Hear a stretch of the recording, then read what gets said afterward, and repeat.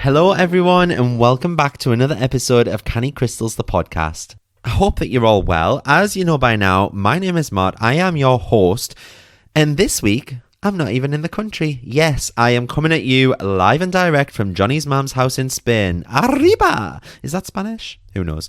It's currently 28 degrees. It's 8 p.m. I'm living my ultimate best life. It has just been so nice to get out of the office and so nice to get away. I know obviously I had a cruise with Fran in, was it June or July? God, this year is flying, isn't it? But yeah, it wasn't really like a holiday because it was only for 5 days for a start, which, don't get us wrong, I was so grateful for, but it was a working holiday. We barely got any time to go out and explore anything, do you know what I mean? We were working, it was just nice to work in the sun. But with that said, on the lead up to this little getaway for a week in Spain, I obviously had the event last week, and then I was away in Leeds overnight to see Shania. So on the week leading up to these busy 2 weeks, I had to sit down and schedule out everything, and I mean everything, I was going to need to do for my business, basically, including, things like social media stories, recording podcasts, ordering surplus stock, ordering packaging, and so much more that you wouldn't even believe. Like, I had a list so long. In fact, I was saying to my Manifest with Mark members just a couple of weekends ago, and I spoke to Fran about this as well, about how I was, 1 inch away from burnout. These last few weeks have been so testing. And, trying to do all of our adoption paperwork and all of our homework and all of our meetings on top of all of that just really sent me to that cliff edge. And it's really not a nice feeling when you're absolutely drowning in it. You can't see a way out. You can't see a light at the end of the tunnel. So I thought I would do an episode on avoiding burnout when things get tough in life. So just to go to the dictionary, Dictionary Corner, I'm like Susie Dent of Countdown. The dictionary defines burnout as a state of chronic emotional, mental and physical exhaustion caused by prolonged exposure to excessive stress and a demanding workload. So burnout typically comes about from a combination of internal and external factors. It's not just all internal, it's not just all external, it's a combination of the two. So the first could be, I'm using this as an example, the first could be work-related stress. So the primary cause of burnout is work-related stress. And that's something that, if you work in the NHS, I feel you, I see you, you'll be more than familiar with this. This stress can result from heavy workloads, unrealistic expectations of you, tight deadlines, a lack of autonomy or control over your work, or even little things, like being short-staffed, because that's going to put more and more pressure onto you as a person. So constantly feeling overwhelmed and unable to meet these demands can really lead to burnout. The second factor of burnout is having that high level of responsibility. So things that entail high levels of responsibility, such as healthcare professionals, like ambulance drivers and paramedics, they're especially susceptible to burnout. Can you imagine the pressure to make critical decisions and perform flawlessly, basically? Can you imagine being a paramedic and trying to treat someone, knowing that if you make even the slightest mistake, they could die as a result? You've got someone else's life in your hands, so obviously that can be quite stressful. But high level of responsibility doesn't just necessarily have to be about work. It could be in your home life as well. You could have 3 children like Fran does, or you could even just have one that requires a lot of attention and love. Do you know what I mean? So that level of responsibility, it could go for your personal life, it could go for your work life as well. The third factor of burnout is what most of us listening will probably experience in our lifetime, and that is a lack of work-life balance. So I was just speaking to Drew, my barber, about this a couple of weekends ago, and he said he was in deep thought one night about, the rat race of waking up, going to work, having food, going to sleep, and then waking up the next day and doing the exact same thing, day in, day out, every single day. And I said to him, I find it so weird, and you might as well, I just find it so weird that we spend 8 hours on average a day in bed. There are 24 hours in a day. So 8 hours a day in bed, and we all go to bed every single day, don't we? Unless you're a psycho. But that is a third of our life in bed. I don't get it. It's a third of our life sleeping. Yes, we all need to recharge, but I just find that absolutely mental. It was like my mum the other week. My mum had basically said that she was looking for a new mattress. And I asked her, like, when was the last time you changed your mattress? And she said about 10 years ago, but the springs are starting to go. And I was like, 10 years? 10 years is a long time, mum. I was like, we've had ours like 6 years and we're starting to look at another one right now because ours has started getting a dip in it in the middle. You know, like it's got like a mountain in the middle and then it's got 2 dips at either side where me and Johnny both lay. And I said to her, I was like, so how much are you wanting to spend on a mattress? And she was like, oh, maybe, you know, 50 to £100. And I was like, mum, I hate to break it to you, but like, you're probably not going to get a mattress for that cheap. And she was like, oh, no, it's fine. I'll find one for that cheap. But I was saying to her, I was like, you are spending 8 hours a day, a third of your life in this bed. You have a really bad back. You have really bad legs. She's got really bad knee problems at the minute. And you want to do everything you can to support your body and re-energize yourself so that you wake up like refreshed and that you wake up as full of energy as you possibly can, because a third of your life is going to be spent lying on this mattress. You need to basically get a mattress that is going to support you as much as it possibly can for if you're going to have it 10 years, for the next 10 years. Do you know what I mean? So anyway, I went on to this place that we got our mattress from. Well, Johnny's dad actually bought our mattress for us very kindly when we first moved in together. And it's one of those, you know, I think it's called Eve. Is it Eve? It might be Simba. It's one of those anyway. They're about £300, I think, but it was like a moving in gift. But honestly, like, it is amazing in its memory foam and it supports my back because I've got sciatica. So it really, really helps my lower back. It helps my lower limbs. It helps me to recover at night. And I can go to bed at night knowing that like that bed is supporting me for those 8 hours and I'm going to wake up like feeling amazing about myself. So I said to my mum, I was like, look, you've just got to see this £300 as an investment. And she still wasn't interested. And I could clearly see that she wasn't like interested. So I went behind her back and I bought her a mattress anyway. So she's got a mattress coming this week. But yeah, I just find it mad that a third of our life is sleeping. I find that mental. But yes, we then spend an average of 5 days a week at work. So that leaves us with, you know, very little time to see friends or family or actually do something for ourselves, such as self-care or hobbies, or even just taking time out to do something that our heart yearns for. An inability to maintain a healthy work-life balance that can really contribute towards burnout. And when work encroaches on our personal time and our commitments, we're going to have limited opportunities for relaxation and recuperation. Okay, so that was the third factor. The last factor of burnout is personal reasons. So what I mean by this is that, you know, individual characteristics and coping mechanisms, they all play a role in burnout. So it might be perfectionism, excessive ambition, you know, difficulty in setting boundaries with people. They're all personal traits that might predispose us to burnout. So you might be thinking, like, do I have burnout? How will I know I have burnout? Let me tell you, because burnout is characterized by a range of physical, emotional, and behavioral symptoms. So you could have physical symptoms, you know, such as chronic fatigue. You could have insomnia or disrupted sleep patterns. You could have headaches. You could have stomach problems. You could have weakened immunity. Now, when my mum worked, before I retired her last year, she was working like 3 12-hour shifts a week. And on those 12-hour shifts, she would work from 7 p.m. till 7 a.m. They told her that she had to be in for her shift half an hour beforehand so that they could do a handover, and then she would stay half an hour afterwards so she could hand over to the next staff. So technically, she was at work for 13 hours. It would take her 15-20 minutes to drive to work, 15 hours to get back. So technically, 13 and a half hours a day working. She got a 20-minute lunch break in amongst that, and lunch break was at like 2 o'clock in the morning. 20-minute break. I think she was supposed to get a 10-minute on like the first half and a 10-minute on the second half. Didn't work like that.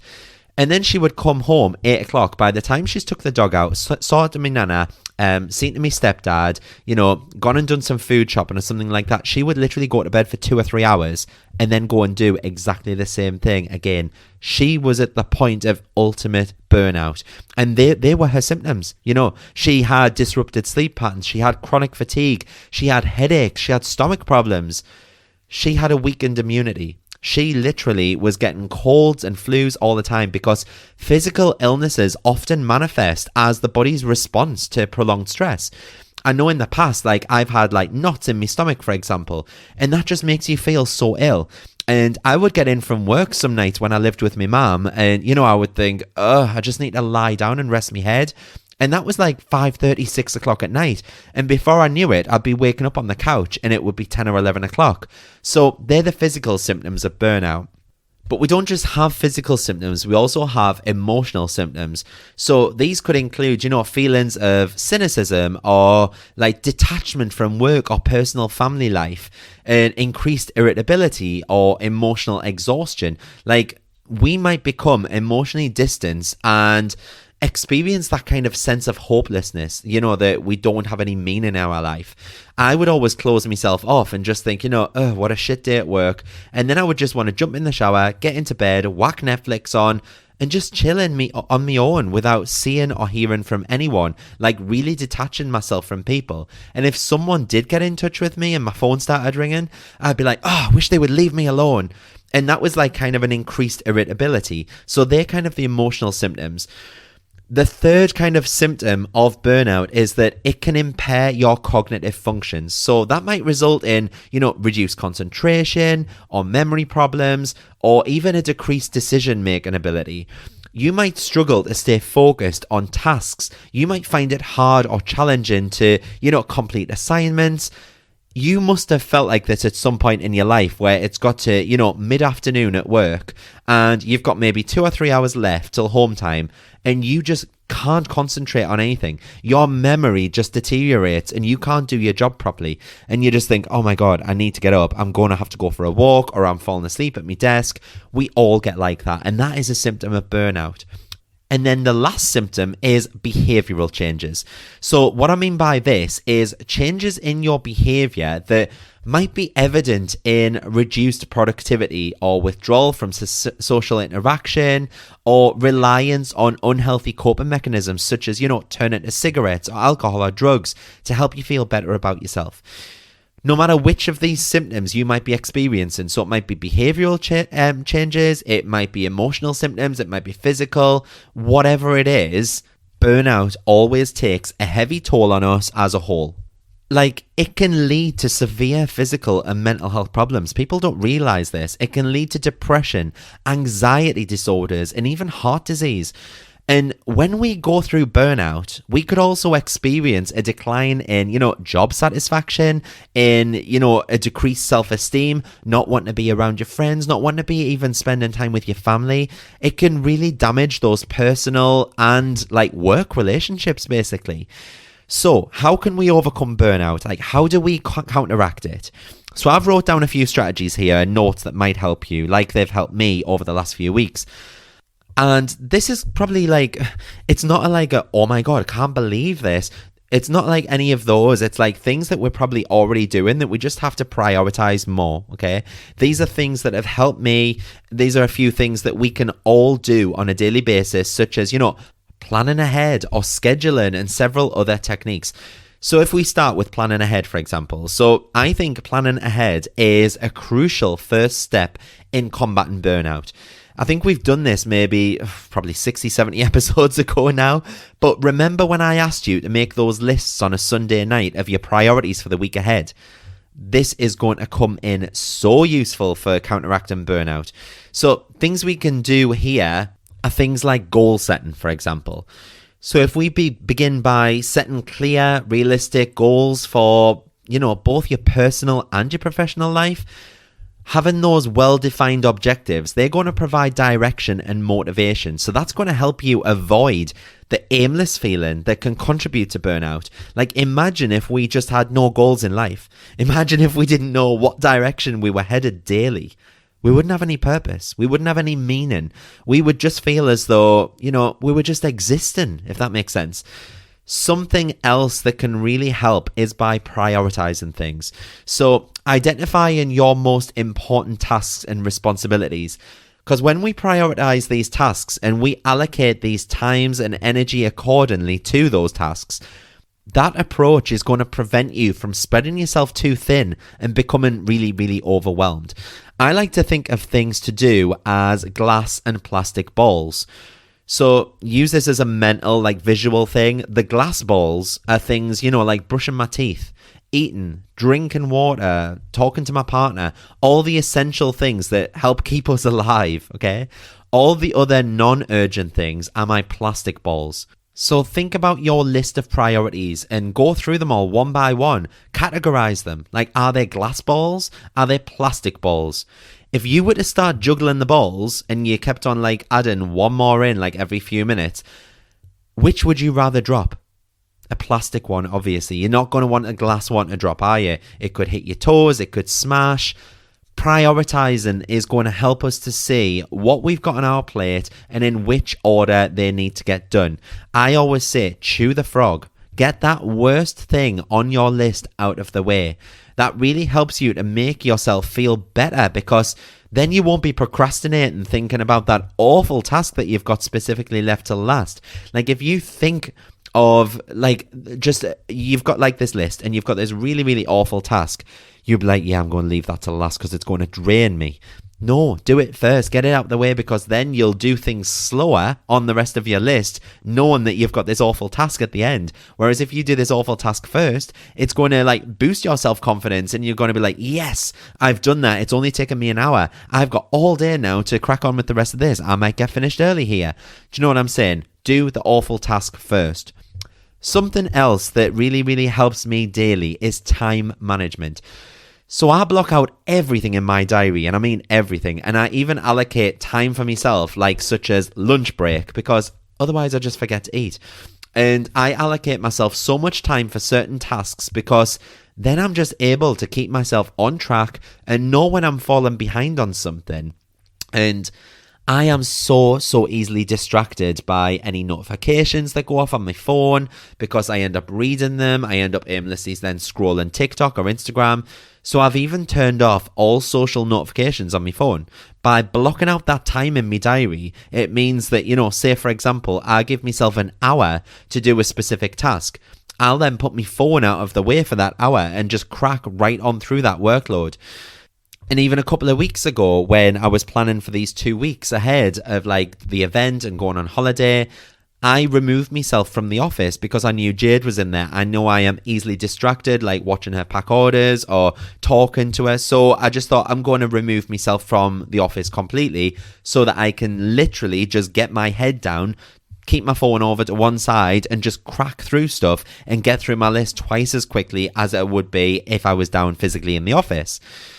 Efficiently managing your time by creating schedules or to-do lists, that's going to allow you to allocate specific time blocks for different tasks, and just allow yourself to be mindful of setting aside time for self-care, relaxation too, because that's just as important as the work at hand, okay? Just remember to give yourself those breaks that you need.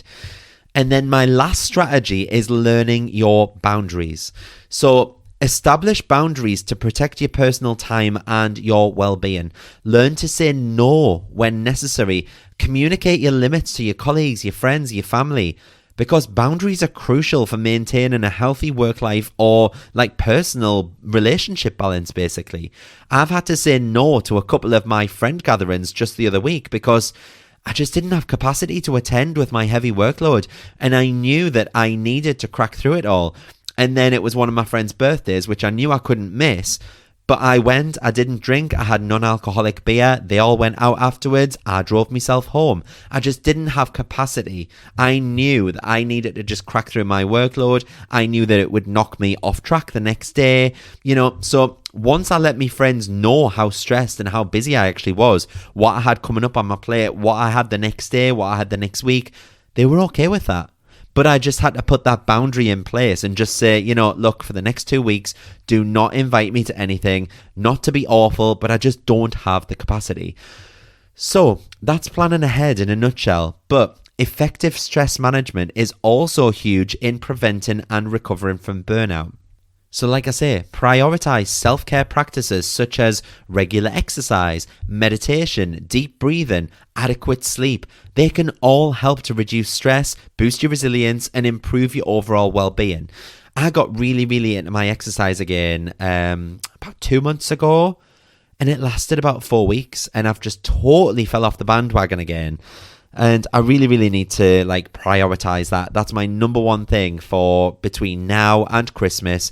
I am going to prioritize exercise and meditation and all of that jazz to make me feel better, because I've probably hit burnout. Because like I say, it's not just those external factors, but it's also the internal factors as well. So I'm going to start and prioritize those for myself, starting from today, basically.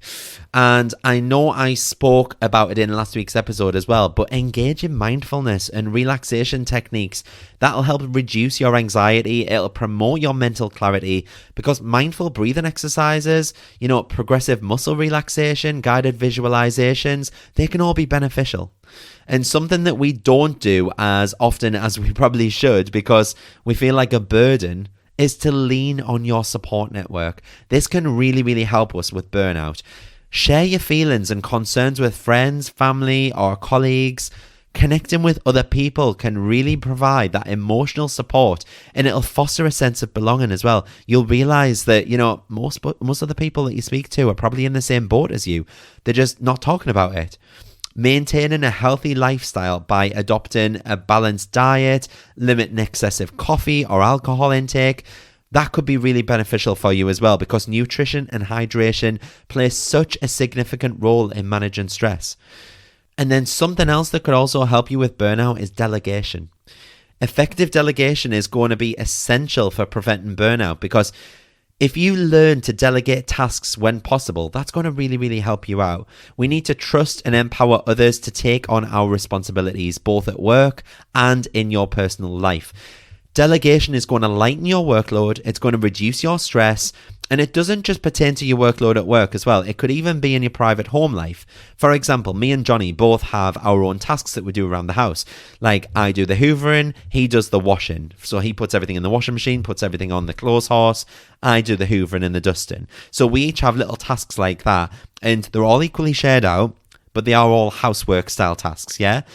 So when I'm feeling a little overwhelmed, I've just got to learn to, open my mouth and ask for help, or delegate some of my daily tasks to Johnny. And I'll be like, I'm really, really sorry, but, I haven't had time to run the hoover around today.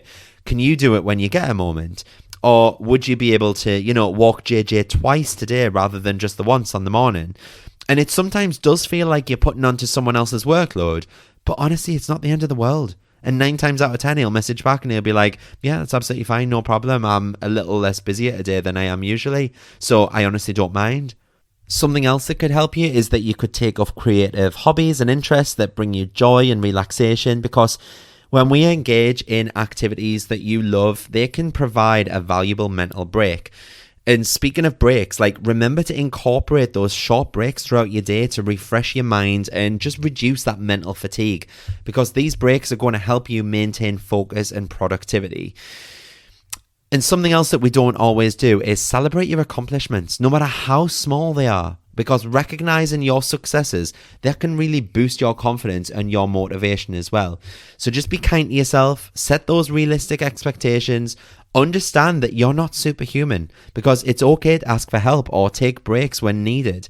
And if that burnout persists despite your best efforts, consider making some massive significant changes in your life, such as exploring new career options. You might want a new job. You might want to adjust your family lifestyle or seek a change of scenery.